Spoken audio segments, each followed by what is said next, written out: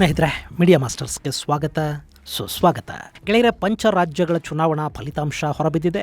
ಈ ಬಾರಿಯ ಫಲಿತಾಂಶದಿಂದ ಅತಿ ಹೆಚ್ಚು ಸಂತುಷ್ಟಗೊಂಡಿರುವುದು ಬಿಜೆಪಿ ಮತ್ತು ಕಾಂಗ್ರೆಸ್. ಯಾಕೆಂದ್ರೆ ಈ 5 ಚುನಾವಣೆಗಳಲ್ಲಿ 2 ಕಡೆಗಳಲ್ಲಿ ಬಿಜೆಪಿ ಭರ್ಜರಿ ಜಯ ದಾಖಲಿಸಿದೆ.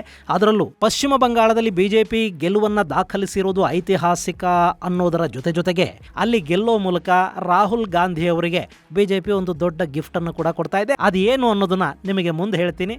ಹಾಗೆ ಅಸ್ಸಾಮಲ್ಲಿ ಕೂಡ ಸತತ 3ನೇ ಬಾರಿ ಅಧಿಕಾರವನ್ನು ಹಿಡಿಯೋದ್ರ ಮೂಲಕ ಅಲ್ಲೂ ಬಿಜೆಪಿ ಹಿಸ್ಟ್ರಿಯನ್ನು ಕ್ರಿಯೇಟ್ ಮಾಡಿದೆ. ಇನ್ನು ಪುದುಚೇರಿಯಲ್ಲಿ ಎನ್ಆರ್ ಕಾಂಗ್ರೆಸ್ ನೇತೃತ್ವದ NDA ಜಯ ಗಳಿಸಿರೋದು ಕೂಡ ಬಿಜೆಪಿಗೆ ಖುಷಿಯನ್ನು ತರ್ತಾ ಇದೆ. ಹಾಗೆ ಕಾಂಗ್ರೆಸ್ ಪಕ್ಷ ಕೇರಳಂನಲ್ಲಿ ಗೆಲುವನ್ನು ಸಾಧಿಸುವ ಮೂಲಕ 10 ವರ್ಷಗಳ ತಮ್ಮ ಅಧಿಕಾರದ ಹಸಿವನ್ನ ನೀಗಿಸಿಕೊಳ್ತಾ ಇದೆ. ಇದರ ನಡುವೆ ಚುನಾವಣೆಗಳಲ್ಲಿ ಅತ್ಯಂತ ಗಮನಾರ್ಹ ಜಯ ಅಂದರೆ ಅದು ತಮಿಳುನಾಡಿನ TBKಯದ್ದು. ಒಂದು ಪಕ್ಷ ಸ್ಥಾಪನೆಯಾಗಿ ಕೇವಲ 2ನೇ ವರ್ಷಕ್ಕೆ ಅಧಿಕಾರ ಹಿಡಿಯೋದಿದೆಯಲ್ಲ, ಅದು ನಿಜಕ್ಕೂ ಅದ್ಭುತ ಅನ್ನಿಸ್ಕೊಳ್ಳುತ್ತೆ. ಹಾಗೆ ಪಶ್ಚಿಮ ಬಂಗಾಳದಲ್ಲಿ TMCಯ ಸೋಲು ಕೂಡ ದೇಶದ ಗಮನವನ್ನು ಸೆಳೀತಾ ಇದೆ. ಹಾಗಾದರೆ ಈ ಚುನಾವಣೆಯಲ್ಲಿ ಏನಾಯಿತು, ಈ ಚುನಾವಣೆಯ ಫಲಿತಾಂಶಗಳು ಯಾವ್ಯಾವ ನಾಯಕರ ಮೇಲೆ ಹೇಗಿರುತ್ತವೆ ಅನ್ನೋದರ ಬಗ್ಗೆ ಕೂಡ ಒಂದಷ್ಟು ಮಾಹಿತಿಯನ್ನು ನಾವಿಲ್ಲಿ ನೋಡೋಣ. ಗೆಳೆಯರೆ, ಪಂಚರಾಜ್ಯ ಚುನಾವಣೆಗಳ ರಿಸಲ್ಟ್ ಬಗ್ಗೆ ನೋಡೋದಕ್ಕೂ ಮುನ್ನ ಕರ್ನಾಟಕದ ಉಪಚುನಾವಣೆ ಬಗ್ಗೆ ಒಂದಷ್ಟು ಮಾಹಿತಿಯನ್ನು ನಿಮಗೆ ಕೊಟ್ಟು ಬಿಡ್ತೀನಿ. ದಾವಣಗೆರೆ ದಕ್ಷಿಣ ಹಾಗೂ ಬಾಗಲಕೋಟೆಯಲ್ಲಿ ನಡೆದ ಉಪಚುನಾವಣೆಗಳಲ್ಲಿ ನಿರೀಕ್ಷೆಯಂತೆ ಆಡಳಿತಾರೂಢ ಕಾಂಗ್ರೆಸ್ ಪಕ್ಷ ಗೆಲುವನ್ನು ದಾಖಲು ಮಾಡಿದೆ. ಬಿಜೆಪಿಯ ವೀರಣ್ಣ ಚರಂತಿಮಠ ಅವರ ವಿರುದ್ಧ ಕಾಂಗ್ರೆಸ್ನ ಉಮೇಶ್ ಮೇಟಿ ಬಾಗಲಕೋಟೆಯಲ್ಲಿ ಗೆಲುವನ್ನು ದಾಖಲಿಸಿದರೆ, ದಾವಣಗೆರೆ ದಕ್ಷಿಣ ಕ್ಷೇತ್ರದಲ್ಲಿ ಕಾಂಗ್ರೆಸ್ನ ಸಮರ್ಥ ಶಾಮನೂರ್ ಬಿಜೆಪಿಯ ಶ್ರೀನಿವಾಸ ದಾಸಕರಿಯಪ್ಪ ಅವರನ್ನ ಸೋಲಿಸಿದ್ದಾರೆ. ಈ ಮೂಲಕ ಉಪಚುನಾವಣೆ ಆಡಳಿತಾರೂಢರ ಪರ ಅನ್ನೋದು ಮತ್ತೆ ಸಾಬೀತಾಗಿದೆ. ಇನ್ನು ಪಂಚರಾಜ್ಯ ಚುನಾವಣೆಗಳ ಪೈಕಿ ಮೊದಲಿಗೆ ನಾವು ಪಶ್ಚಿಮ ಬಂಗಾಳವನ್ನು ಗಮನಿಸೋದಾದರೆ, ಕಳೆದ 15 ವರ್ಷಗಳ ತೃಣಮೂಲ ಕಾಂಗ್ರೆಸ್ ಆಡಳಿತಕ್ಕೆ ಅಲ್ಲಿನ ಜನ ಗುಡ್ ಬೈ ಹೇಳಿದ್ದಾರೆ. ಈ ಬಾರಿಯಲ್ಲಿ ಕಮಲ ಅದ್ಭುತವಾಗಿ ಅರಳಿದೆ. ಬಿಜೆಪಿ ಬಹುಮತಕ್ಕಿಂತಲೂ ಹೆಚ್ಚು ಸ್ಥಾನಗಳನ್ನು ಪಡೆಯೋದರಲ್ಲಿ ಯಶಸ್ವಿ ಕೂಡ ಆಗಿದೆ. ಇನ್ನು ಅಲ್ಲಿನ ವಿಶೇಷ ಅಂದರೆ, ಕಳೆದ ಬಾರಿ ನಂದಿಗ್ರಾಮ ಕ್ಷೇತ್ರದಲ್ಲಿ ಸುವೇಂದು ಅಧಿಕಾರಿಯ ವಿರುದ್ಧ ಸ್ಪರ್ಧಿಸಿದ್ದ ಮಮತಾ ಬ್ಯಾನರ್ಜಿ ಅಲ್ಲಿ ಸೋಲನ್ನು ಅನುಭವಿಸಿದ್ರು. ಆದರೆ ಅವರ ಪಕ್ಷ ಪಶ್ಚಿಮ ಬಂಗಾಳದಲ್ಲಿ ದೊಡ್ಡ ಮಟ್ಟದ ಗೆಲುವನ್ನು ದಾಖಲು ಮಾಡಿತ್ತು. ಹೀಗಾಗಿ ಮಮತಾ ಬ್ಯಾನರ್ಜಿಯಲ್ಲಿ ಮುಖ್ಯಮಂತ್ರಿಯಾಗಿ ಅಧಿಕಾರವನ್ನು ಸ್ವೀಕರಿಸಿ ಭವಾನಿಪುರ ಮತಕ್ಷೇತ್ರದ ಮೂಲಕ ಉಪಚುನಾವಣೆಯಲ್ಲಿ ಗೆದ್ದು ಅಧಿಕಾರವನ್ನು ಉಳಿಸಿಕೊಂಡಿದ್ರು. ಈ ಬಾರಿಯ ವಿಶೇಷ ಏನು ಗೊತ್ತಾ, ಭವಾನಿಪುರಲ್ಲಿ ಸುವೇಂದು ಅಧಿಕಾರಿ ಮಮತಾ ವಿರುದ್ಧ ಸ್ಪರ್ಧೆ ಮಾಡಿದ್ರು. ಅದರ ಜೊತೆ ನಂದಿಗ್ರಾಮದಲ್ಲೂ ಅವರು ಸ್ಪರ್ಧೆ ಮಾಡುವುದರಿಂದ ಸಹಜವಾಗಿ ಇಲ್ಲಿ ಸುವೇಂದು ಅಧಿಕಾರಿ ಮುಂದಿನ ಪಶ್ಚಿಮ ಬಂಗಾಳದ ಮುಖ್ಯಮಂತ್ರಿ ಆಗ್ತಾರೆ. ಇನ್ನು ಆರ್ಜಿಕರ್ ಆಸ್ಪತ್ರೆಯಲ್ಲಿ ಅತ್ಯಾಚಾರ ಹಾಗೂ ಹತ್ಯೆಗೀಡಾಗಿದ್ದ ದುರ್ದೈವಿ ವೈದ್ಯೆಯ ತಾಯಿಗೆ ಬಿಜೆಪಿ ಪಾನಿಹಟ್ಟಿ ಕ್ಷೇತ್ರದಿಂದ ಟಿಕೆಟ್ ಅನ್ನು ಕೊಟ್ಟಿತ್ತು. ಆಕೆ ಕೂಡ ಅಲ್ಲಿ ಗೆಲುವನ್ನು ದಾಖಲು ಮಾಡಿದ್ದಾರೆ. ಇನ್ನು ಈ ಬಾರಿ TMCಗೆ 100 ಕ್ಷೇತ್ರಗಳನ್ನು ಗೆಲ್ಲೋದಕ್ಕೆ ಕೂಡ ಅಲ್ಲಿ ಸಾಧ್ಯ ಆಗಿಲ್ಲ. ಜೊತೆಗೆ ಪಶ್ಚಿಮ ಬಂಗಾಳದಲ್ಲಿ ಕಾಂಗ್ರೆಸ್ ಕೂಡ ಅಂಥ ಯಾವ ಸಾಧನೆಯನ್ನು ಮಾಡಿಲ್ಲ. ಇನ್ನು ಪಶ್ಚಿಮ ಬಂಗಾಳದ ಮತ ಎಣಿಕಾ ಕೇಂದ್ರದಲ್ಲಿ ಹೈ ಡ್ರಾಮಾಗಳು ನಡೆದಿವೆ. ಸಾಕಷ್ಟು ಕಡೆಗಳಲ್ಲಿ ಮತ ಎಣಿಕೆ ಗಂಟೆಗಳ ಕಾಲ ಸ್ಥಗಿತಗೊಂಡಿದೆ. ಇದು ಕೇಂದ್ರ ಚುನಾವಣಾ ಆಯೋಗದ ಕೃತ್ಯ ಅಂತ ಮಮತಾ ಬ್ಯಾನರ್ಜಿ ಆರೋಪವನ್ನು ಮಾಡಿದ್ದಾರೆ. ಗೆಳೆಯರೆ, ಈ ಚುನಾವಣೆಯಲ್ಲಿ ಮಮತಾ ಸೋತಿದ್ದಾರೆ. ಹಾಗೆ ಪಶ್ಚಿಮ ಬಂಗಾಳದಲ್ಲಿ ಮೊಟ್ಟ ಮೊದಲ ಬಾರಿಗೆ ಬಿಜೆಪಿ ಗೆದ್ದಿದೆ. ಆದರೆ ಇದರ ಲಾಭ ರಾಷ್ಟ್ರ ರಾಜಕಾರಣದಲ್ಲಿ ರಾಹುಲ್ ಗಾಂಧಿ ಅವರಿಗಾಗತ್ತೆ. ಇದು ಹೇಗೆ ಅನ್ನೋ ಅನುಮಾನ ನಿಮಗಿದ್ರೆ ಆ ಬಗ್ಗೆ ಹೇಳ್ತೀನಿ ಕೇಳಿ. ಇಲ್ಲಿವರೆಗೆ ರಾಹುಲ್ ಗಾಂಧಿ ಇಂಡಿ ಕೂಟದ ಪ್ರಧಾನಿ ಅಭ್ಯರ್ಥಿಯಾಗಿ ಬಿಂಬಿತಗೊಳ್ತಾ ಇದ್ರು. ಆದರೆ ಅಲ್ಲಿನ ಸಾಕಷ್ಟು ಪಕ್ಷಗಳಿಗೆ ರಾಹುಲ್ ಗಾಂಧಿ ಅವರ ಫೇಸನ್ನು ಇಟ್ಕೊಂಡು ಚುನಾವಣೆಗಳಿಗೆ ಹೋದ್ರೆ ಗೆಲ್ಲೋದಿಕ್ಕೆ ಸಾಧ್ಯ ಆಗೋದಿಲ್ಲ ಅನ್ನೋ ಭಾವನೆಯೊಂದಿತ್ತು. ಮತ್ತು ಸಾಕಷ್ಟು ಪಕ್ಷಗಳು ಇಂಡಿ ಕೂಟದಿಂದ ಅಂತರವನ್ನು ಕೂಡ ಕಾಪಾಡಿಕೊಳ್ತಾ ಇದ್ವು. ಅಂಥ ಪಕ್ಷಗಳು ಮಮತಾ ಅವರನ್ನ ಕೂಟಕ್ಕೆ ತಗೊಂಡು ಬನ್ನಿ, ಅವರನ್ನ ಪ್ರಧಾನಿ ಅಭ್ಯರ್ಥಿಯನ್ನಾಗಿ ಇಂಡಿ ಕೂಟದ ಫೇಸ್ ಅನ್ನಾಗಿ ಮಾಡಿ ಅಂತ ಕೇಳ್ತಾ ಇದ್ರು. ಈ ಬಾರಿ ಅಕಸ್ಮಾತ್ ಪಶ್ಚಿಮ ಬಂಗಾಳದಲ್ಲಿ ಮಮತಾ ದೀದಿ ಗೆದ್ದು ಬಿಟ್ಟಿದ್ರೆ ಅವರು ಮುಂದಿನ ಪ್ರಧಾನಿ ಅಭ್ಯರ್ಥಿಯಾಗಿ ಇಂಡಿ ಕೂಟದ ನಾಯಕಿಯಾಗಿ ಬಿಂಬಿತಗೊಳ್ಳುವ ಎಲ್ಲ ಅವಕಾಶಗಳು ಇದ್ವು. ಜೊತೆಗೆ ಆ ಕೂಟದಲ್ಲಿ ಕಾಂಗ್ರೆಸ್ ಮತ್ತು ತೃಣಮೂಲದ ನಡುವೆ ಒಂದು ಸಂಘರ್ಷಕ್ಕೆ ಕೂಡ ಇದು ಕಾರಣ ಆಗ್ತಾ ಇತ್ತು. ರಾಹುಲ್ ಗಾಂಧಿ ಅವರ ನಾಯಕತ್ವವನ್ನು ಪ್ರಶ್ನಿಸೋದಕ್ಕೆ ಮತ್ತೊಂದು ನಾಯಕತ್ವ ಅಲ್ಲಿ ಹುಟ್ಟೋದಕ್ಕೆ ಅವಕಾಶ ಆಗ್ತಾ ಇತ್ತು. ಆದರೆ ಈ ಬಾರಿ ದೀದಿಯ ಸೋಲು ಆಕೆಯನ್ನ ರಾಷ್ಟ್ರ ರಾಜಕಾರಣದ ಮುಖವನ್ನಾಗಿಸುವ ಪ್ರಯತ್ನ ಏನಿತ್ತು ಅದಕ್ಕೆ ತಡೆಯೊಡ್ಡುತ್ತಾ ಇದೆ. ಪಶ್ಚಿಮ ಬಂಗಾಳದಲ್ಲಿ ಸೋಲನ್ನು ಅನುಭವಿಸಿರುವ ಮಮತಾ ಬ್ಯಾನರ್ಜಿ ಅವರ ಹೆಸರು ಇಂಡಿ ಕೂಟದ ನಾಯಕತ್ವದ ಸ್ಪರ್ಧೆಯಿಂದ ಕೂಡ ಸ್ವಲ್ಪ ಮಟ್ಟಿಗೆ ಹಿಂದೆ ಸರಿಯುತ್ತೆ. ಹೀಗಾಗಿ ರಾಹುಲ್ ಗಾಂಧಿಗೆ ಪಶ್ಚಿಮ ಬಂಗಾಳದಲ್ಲಿ ಬಿಜೆಪಿಯ ಗೆಲುವಿನ ಲಾಭ ಆಗ್ತಾ ಇದೆ. ಇನ್ನು ಪಶ್ಚಿಮ ಬಂಗಾಳದ ಚುನಾವಣೆಗಳಲ್ಲಿ ರಾಹುಲ್ ಗಾಂಧಿ ಪರೋಕ್ಷವಾಗಿ ಮಮತಾ ವಿರುದ್ಧ ಕ್ಯಾಂಪೇನ್ ಕೂಡ ಮಾಡಿದ್ರು. ಬಿಜೆಪಿಯ ನಾಯಕರಂತೂ ರಾಹುಲ್ ಅವರನ್ನ ಯಾಕೆ ಹಾಗೆ ಹೇಳ್ತಾರೋ ಗೊತ್ತಿಲ್ಲ, ತಮ್ಮ ಸ್ಟಾರ್ ಕ್ಯಾಂಪೇನರ್ ಅಂತಲೇ ಭಾವಿಸ್ತಾರೆ. ಹೀಗಾಗಿ ರಾಹುಲ್ ಅವರ ಇಂಡಿ ಕೂಟದ ನಾಯಕತ್ವವನ್ನ ಪಶ್ಚಿಮ ಬಂಗಾಳದ ಚುನಾವಣೆ ಮೂಲಕ ಬಿಜೆಪಿ ಉಳಿಸಿಕೊಟ್ಟಂತಾಗ್ತಾ ಇದೆ. ಇನ್ನು ಗೆಳೆಯರೆ, 1977ರವರೆಗೆ ಪಶ್ಚಿಮ ಬಂಗಾಳದಲ್ಲಿ ಕಾಂಗ್ರೆಸ್ ಹಾಗೂ ಬಾಂಗ್ಲಾ ಕಾಂಗ್ರೆಸ್ ಅನ್ನೋ ಪ್ರಾದೇಶಿಕ ಪಕ್ಷಗಳ ಅಧಿಕಾರ ನಡೀತಾ ಇತ್ತು. ಆ ಬಳಿಕ ಅಂದ್ರೆ 1977ರಿಂದ 2011ರವರೆಗೆ ಸುಮಾರು 34 ವರ್ಷಗಳ ಕಾಲ ಕಮ್ಯುನಿಸ್ಟ್ ಪಾರ್ಟಿಯ ಆಡಳಿತ ಅಲ್ಲಿ ನಡೀತು. ಆ ಬಳಿಕ ಅಂದ್ರೆ 2011ರಿಂದ 2026ರವರೆಗೆ ಆಲ್ ಇಂಡಿಯಾ ತೃಣಮೂಲ್ ಕಾಂಗ್ರೆಸ್ ಪಕ್ಷ ಅಲ್ಲಿ ಅಧಿಕಾರವನ್ನು ಹಿಡಿತು.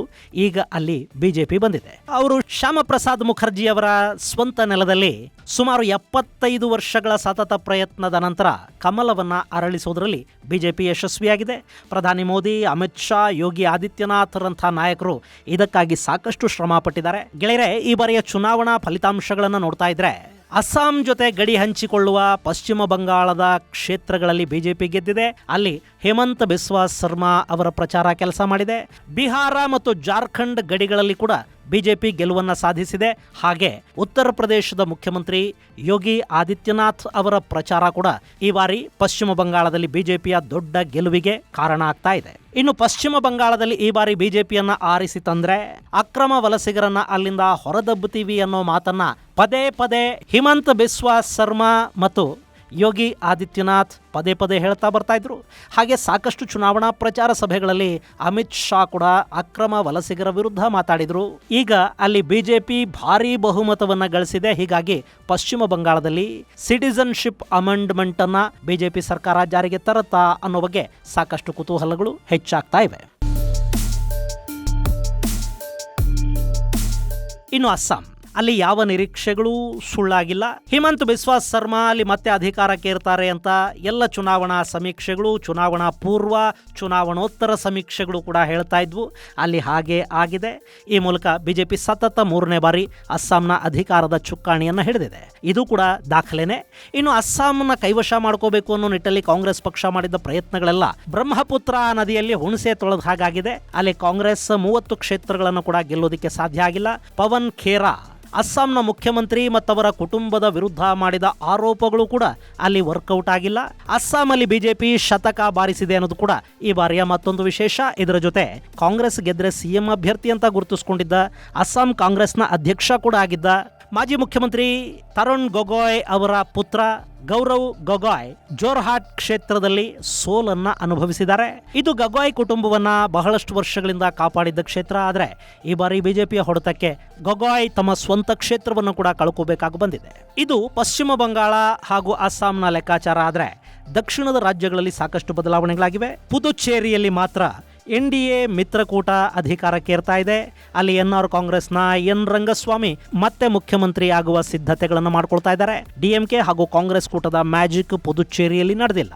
ಇನ್ನು DMK ಪ್ಲಸ್ ಪಕ್ಷಗಳು 7 ಸ್ಥಾನಗಳಲ್ಲಿ ಪಡ್ಕೊಂಡ್ರೆ TVK 3 ಕ್ಷೇತ್ರಗಳಲ್ಲಿ ಗೆಲ್ಲೋದ್ರ ಮೂಲಕ ಪುದುಚೇರಿಯಲ್ಲಿ ಕೂಡ ಅಕೌಂಟ್ ಅನ್ನು ಓಪನ್ ಮಾಡಿದೆ. ಗೆಳೆಯರೆ, ಇದು ನಾನು ಈ ವಿಡಿಯೋ ಮಾಡ್ತಾ ಇರುವ ಸಂದರ್ಭದ ಲೆಕ್ಕಾಚಾರ. ಅಂತಿಮ ಹಂತದಲ್ಲಿ ಸ್ವಲ್ಪ ಬದಲಾವಣೆಗಳು ಕೂಡ ಆಗಬಹುದು. ಇನ್ನು ತಮಿಳುನಾಡಲ್ಲಿ ಇಷ್ಟು ದಿನ DMK ಹಾಗೂ AIADMK ನಡುವೆ ನಡೀತಿದ್ದ ಪೈಪೋಟಿಗೆ ಈ ಬಾರಿ TVK ಬ್ರೇಕ್ ಹಾಕಿದೆ. ಅಧಿಕಾರವನ್ನ ದ್ರಾವಿಡ ಪಕ್ಷಗಳಿಂದ ತಮ್ಮ ಕೈಗೆ ತಗೊಂಡಿದೆ. ವಿಜಯ್ ಈ ಬಾರಿ ತಮಿಳುನಾಡಿನ ಮುಖ್ಯಮಂತ್ರಿ ಆಗ್ತಾ ಇದ್ದಾರೆ. ಈ ಬಾರಿ ವಿಜಯ್ ಅಬ್ಬರ ಹೇಗಿದೆ ಅಂದ್ರೆ, ಮುಖ್ಯಮಂತ್ರಿ MK ಸ್ಟಾಲಿನ್ ಅವರ ಸ್ವಕ್ಷೇತ್ರ ಕೊಳತ್ತೂರಲ್ಲಿ ಸೋಲನ್ನ ಅನುಭವಿಸಬೇಕಾಗಿ ಬಂದಿದೆ. ಸ್ಟಾಲಿನ್ ವಿರುದ್ಧ ವಿಜಯ್ VS ಬಾಬು ಅನ್ನೋ ಅಭ್ಯರ್ಥಿಯನ್ನ ಕಣಕ್ಕಿಳಿಸಿದ್ರು. ಮುಖ್ಯಮಂತ್ರಿಯ ವಿರುದ್ಧ ಈ VS ಬಾಬು ಶೀಟಿ ಊದುಬಿಟ್ಟಿದ್ದಾರೆ.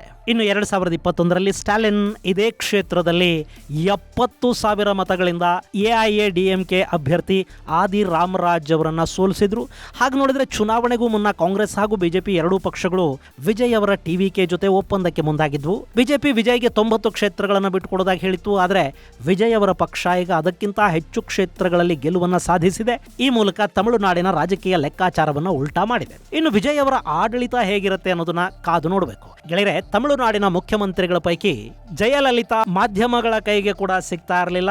ಅವರು ಮುಖ್ಯಮಂತ್ರಿಯಾಗಿದ್ದ ಅಷ್ಟೂ ಅವಧಿ ಕ್ಲೌಡ್ 9 ಬದುಕಿದ್ರು. ಆದರೆ DMKಯ ಅವಧಿಯಲ್ಲಿ ಸ್ವಲ್ಪ ಮಟ್ಟಿಗೆ ಬದಲಾವಣೆ ಇತ್ತು. ಕರುಣಾನಿಧಿ ಮತ್ತು ಸ್ಟಾಲಿನ್ ಕೂಡ ಆಗಾಗ ಜನರ ನಡುವೆ ಕಾಣಿಸ್ಕೊಳ್ತಾ ಇದ್ರು. ಈಗ ವಿಜಯ್ ಅಲ್ಲಿ ಮುಖ್ಯಮಂತ್ರಿ ಆಗ್ತಾ ಇದ್ದಾರೆ. ವಿಜಯ್ ಕೂಡ ವಿಪರೀತ ಸೆಲೆಬ್ರಿಟಿ ಸ್ಟೇಟಸ್ ಮೇಂಟೈನ್ ಮಾಡ್ತಾರೆ. ಆಡಳಿತದ ಅನುಭವ ವಿಜಯ್ಗಿಲ್ಲ. IAS IPS ಅಧಿಕಾರಿಗಳನ್ನ ಹೇಗೆ ವಿಜಯ್ ಹ್ಯಾಂಡಲ್ ಮಾಡ್ತಾರೆ ಅನ್ನೋದ್ರ ಮೇಲೆ ಅವರ ಮುಂದಿನ ಆಡಳಿತ ಹೇಗಿರುತ್ತೆ ಅನ್ನೋದು ಆಧಾರಪಟ್ಟಿರುತ್ತೆ. ಇಲ್ಲಿ ನಮಗಿರೋ ಒಂದಷ್ಟು ಕುತೂಹಲಗಳು ಅಂದ್ರೆ, ತಮಿಳುನಾಡಲ್ಲಿ ಯಾವುದೇ ಸರ್ಕಾರ ಬಂದರೂ ಕಾವೇರಿ ನೀರಿನ ವಿವಾದ ಇದ್ದೇ ಇರ್ತಾ ಇತ್ತು. ವಿಜಯ್ ಅದನ್ನ ಹೇಗೆ ನಿಭಾಯಿಸ್ತಾರೆ ಅನ್ನೋ ಕುತೂಹಲ ಇದೆ. ಹಾಗೇನೆ ಮೇಕೆದಾಟು ಯೋಜನೆಯ ಬಗ್ಗೆ ವಿಜಯ್ ಅವರ ಪಕ್ಷದ ಅಭಿಪ್ರಾಯ ಏನಾಗಿರಬಹುದು ಅನ್ನೋ ಕುತೂಹಲ ಕೂಡ ಕನ್ನಡಿಗರನ್ನ ಕಾಡುತ್ತೆ. ಇದರ ಜೊತೆ ಹೊಸೂರು ಬಳಿಯ ಏರ್ಪೋರ್ಟ್ ಸೇರಿದ ಹಾಗೆ ತಮಿಳುನಾಡಿನ ಅಭಿವೃದ್ಧಿ, ಅಲ್ಲಿ ಉದ್ಯೋಗ ಸೃಷ್ಟಿ, ಕೇಂದ್ರ ಸರ್ಕಾರದ ಜೊತೆಗಿನ ಸಮನ್ವಯ, ಇವೆಲ್ಲವುಗಳ ವಿಷಯದಲ್ಲಿ ವಿಜಯ್ ಅವರ ಸರ್ಕಾರ ಹೇಗೆ ಮುಂದುವರಿಯುತ್ತೆ, ಅವರ ನೀತಿ ನಿಲುವುಗಳು ಏನಾಗಿರುತ್ತವೆ ಅನ್ನೋ ಬಗ್ಗೆ ಸಾಕಷ್ಟು ಕುತೂಹಲಗಳು ಕಾಡ್ತಾ ಇವೆ. ಇದರ ಜೊತೆ ಇತಿಹಾಸದಲ್ಲಿ ಮೊಟ್ಟ ಮೊದಲ ಬಾರಿಗೆ ತಮಿಳುನಾಡಲ್ಲಿ ಹಂಗ್ ಅಸೆಂಬ್ಲಿ ಶುರುವಾಗ್ತಾ ಇದೆ.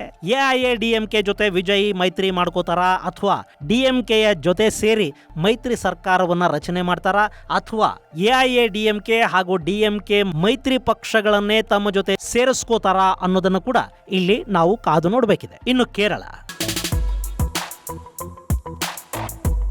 ಗೆಳೆಯರೆ, ಈ ಬಾರಿಯ ಚುನಾವಣಾ ಫಲಿತಾಂಶದ ಮತ್ತೊಂದು ವಿಶೇಷ ಅಂದರೆ, ಹೇಗೆ TVK ಅನ್ನೋ ಹೊಸ ಪಕ್ಷ ಈ ಬಾರಿ ತಮಿಳುನಾಡಲ್ಲಿ ಅಧಿಕಾರದ ಚುಕ್ಕಾಣಿಯನ್ನು ಹಿಡಿತಾ ಇದೆಯೋ, ಹಾಗೆ ಭಾರತದ ಅತ್ಯಂತ ಪುರಾತನ ಪಕ್ಷ ಈ ದೇಶದ ಯಾವ ರಾಜ್ಯದಲ್ಲೂ ಅಧಿಕಾರ ಇಲ್ಲದ ಪರಿಸ್ಥಿತಿಯನ್ನು ತಲುಪಿದೆ. ಗೆಳೆಯರೆ, ಎಡಪಕ್ಷಗಳು ಈ ಹಿಂದೆ ಪಶ್ಚಿಮ ಬಂಗಾಳವನ್ನ ಆಳ್ತಾ ಇದ್ವು. ತ್ರಿಪುರಾದಲ್ಲಿ ಕೂಡ ಎಡಪಕ್ಷಗಳ ಸರ್ಕಾರ ಇತ್ತು.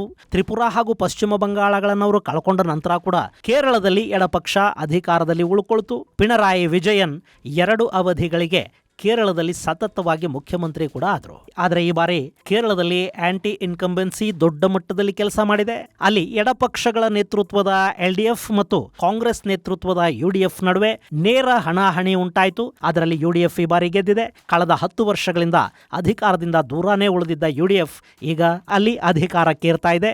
ಕಮ್ಯುನಿಸ್ಟರು ಕೇರಳವನ್ನು ಕೂಡ ಈ ಬಾರಿ ಕಳ್ಕೊಂಡಿದ್ದಾರೆ. ಅವರಲ್ಲಿ ಪ್ರತಿಪಕ್ಷದ ಸ್ಥಾನದಲ್ಲಿ ಕೂತ್ಕೋಬೇಕಾಗಿ ಬರುತ್ತೆ. ಇನ್ನು ಕೇರಳದಲ್ಲಿ ಮುಖ್ಯಮಂತ್ರಿ ಯಾರಾಗಬೇಕು ಅನ್ನೋ ಪ್ರಶ್ನೆ ಕೂಡ ಈಗ ಕಾಡ್ತಾ ಇದೆ. ಅಲ್ಲಿ VD ಸತೀಶನ್, KC ವೇಣುಗೋಪಾಲ್ ಹಾಗೂ ರಮೇಶ್ ಚೆನ್ನಿತಾಳ ನಡುವೆ ಒಂದು ಪೈಪೋಟಿ ಶುರುವಾಗಿದೆ.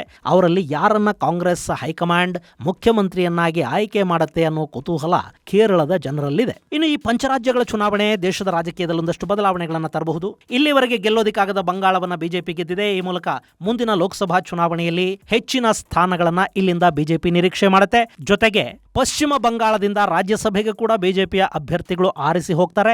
ಹೀಗಾಗಿ ರಾಜ್ಯಸಭೆಯಲ್ಲಿ ಕೂಡ ಬಿಜೆಪಿಯ ಬಲ ಸ್ವಲ್ಪ ಮಟ್ಟಿಗೆ ಹೆಚ್ಚಾಗುತ್ತೆ. ಹಾಗೆ ಅಸ್ಸಾಂನಲ್ಲಿ ಕಾಂಗ್ರೆಸ್ ಅನ್ನ ಸಂಪೂರ್ಣವಾಗಿ ನೆಲಕಚ್ಚಿಸುವ ಪ್ರಯತ್ನಗಳು ಯಶಸ್ವಿಯಾಗಿವೆ. ಅಲ್ಲಿ 2021ರಲ್ಲಿ 29 ಸೀಟುಗಳನ್ನು ಗೆದ್ದಿದ್ದ ಕಾಂಗ್ರೆಸ್ ಈ ಬಾರಿ ಅದರಲ್ಲೂ 2 ಸೀಟುಗಳನ್ನು ಕಳ್ಕೊಂಡಿದೆ.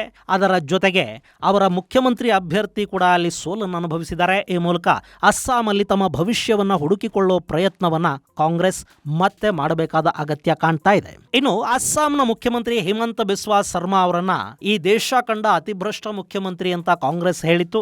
ಈಗ ಅಲ್ಲಿನ ಜನ ಆ ಆರೋಪಕ್ಕೆ ಉತ್ತರವನ್ನ ಕೊಟ್ಟಿದ್ದಾರೆ ಅಂತ ಹೇಳಲಾಗ್ತಾ ಇದೆ. ಇನ್ನು ತಮಿಳುನಾಡಿನ ರಾಜಕೀಯ ಕೂಡ ಬದಲಾಗಿದೆ. ಇಲ್ಲಿವರೆಗೆ ರಾಷ್ಟ್ರೀಯ ಪಕ್ಷಗಳು ಕೇವಲ AIADMK ಹಾಗೂ DMKಗಳನ್ನಷ್ಟೇ ಗಮನದಲ್ಲಿಟ್ಕೊಂಡಿರ್ತಾ ಇದ್ವು. ಆದ್ರೆ ಈಗ ವಿಜಯ್ ಅಲ್ಲಿ ಗೆಲುವನ್ನ ಸಾಧಿಸಿರೋದು ಜನ ಹೊಸ ಪಕ್ಷಗಳಿಗೆ ಪರ್ಯಾಯ ಆಯ್ಕೆಗಳಿಗೆ ಮನ್ನಣೆ ಕೊಡ್ತಾರೆ, ಮಣೆ ಹಾಕ್ತಾರೆ ಅನ್ನೋದನ್ನ ತೋರಿಸ್ತಾ ಇದೆ. ತಮಿಳುನಾಡಲ್ಲಿ 39 ಲೋಕಸಭಾ ಕ್ಷೇತ್ರಗಳಿವೆ. ಹೀಗಾಗಿ ಮುಂದಿನ ಚುನಾವಣೆಯಲ್ಲಿ TVK ಜೊತೆ ಕೈ ಜೋಡಿಸೋದಕ್ಕೆ ರಾಷ್ಟ್ರೀಯ ಪಕ್ಷಗಳು ಈಗಾಗಲೇ ಪ್ರಯತ್ನಗಳನ್ನು ಶುರು ಮಾಡಿವೆ. ಇನ್ನು ಕೇರಳದಲ್ಲಿ ಒಂದು ಬಾರಿ LDF, ಇನ್ನೊಂದು ಬಾರಿ UDF ಅನ್ನೋ ಲೆಕ್ಕಾಚಾರಗಳಿದ್ವು. ಆದರೆ ಕಳೆದ ಬಾರಿ ಪಿಣರಾಯಿ ವಿಜಯನ್ ಅವರು ಆ ಎಲ್ಲ ಲೆಕ್ಕಾಚಾರಗಳನ್ನು ತಲೆ ಕೆಳಗು ಮಾಡಿದ್ರು. ತಮ್ಮ ಉತ್ತಮ ಆಡಳಿತದ ಮೂಲಕ ಸತತ 2ನೇ ಬಾರಿ ಪಕ್ಷವನ್ನ ಗೆಲುವಿನ ದಡ ಮುಟ್ಟಿಸಿದ್ರು. ಆದರೆ ಈ ಬಾರಿ ಪಿಣರಾಯಿ ಅವರ ಮ್ಯಾಜಿಕ್ ನಡೆದಿಲ್ಲ. ಅವರ ಸರ್ಕಾರದ ವಿರುದ್ಧ ಕೂಡ ಸಾಕಷ್ಟು ಭ್ರಷ್ಟಾಚಾರದ ಆರೋಪಗಳು ಕೇಳಿಬಂದವು. ಶಬರಿಮಲೈ ಚಿನ್ನ ಕಳುವನ್ನ ಸರಿಯಾಗಿ ಹ್ಯಾಂಡಲ್ ಮಾಡಲಿಲ್ಲ ಅನ್ನೋ ಆರೋಪ ಕೇಳಿಬಂತು. ಹಾಗೆ ಪಿಣರಾಯಿ ಅವರ ಅತ್ಯಾಪ್ತರ ಮೇಲೆ ಚಿನ್ನ ಕಳುವಿನ ಆರೋಪಗಳು ಕೇಳಿಬಂದವು. ಇನ್ನು ಬಿಜೆಪಿ ಕೂಡ ಈ ಬಾರಿಯಲ್ಲಿ ತನ್ನ ಶಕ್ತಿಯನ್ನ ಹೆಚ್ಚು ಮಾಡಿಕೊಳ್ಳೋ ಪ್ರಯತ್ನವನ್ನ ಮಾಡಿದೆ. ಇವೆಲ್ಲ ಕೂಡ ಕಮ್ಯುನಿಸ್ಟರ ಸೋಲಿಗೆ ಕೇರಳದಲ್ಲಿ ಕಾರಣ ಆಗಿರುವ ಸಾಧ್ಯತೆಗಳಿವೆ. ಇದು ಗೆಳೆಯರೆ ಈ ಬಾರಿಯ ಪಂಚರಾಜ್ಯಗಳ ಚುನಾವಣಾ ಫಲಿತಾಂಶದ ಕುರಿತಾದ ಒಂದಷ್ಟು ಮಾಹಿತಿ. ಮುಂದಿನ ಸಂಚಿಕೆಯಲ್ಲಿ ಮತ್ತಷ್ಟು ವಿಶೇಷಗಳ ಜೊತೆ ಮತ್ತೆ ಭೇಟಿಯಾಗೋಣ. ಅಲ್ಲಿವರೆಗೆ ಜೈ ಹಿಂದ್, ಜೈ ಕರ್ನಾಟಕ.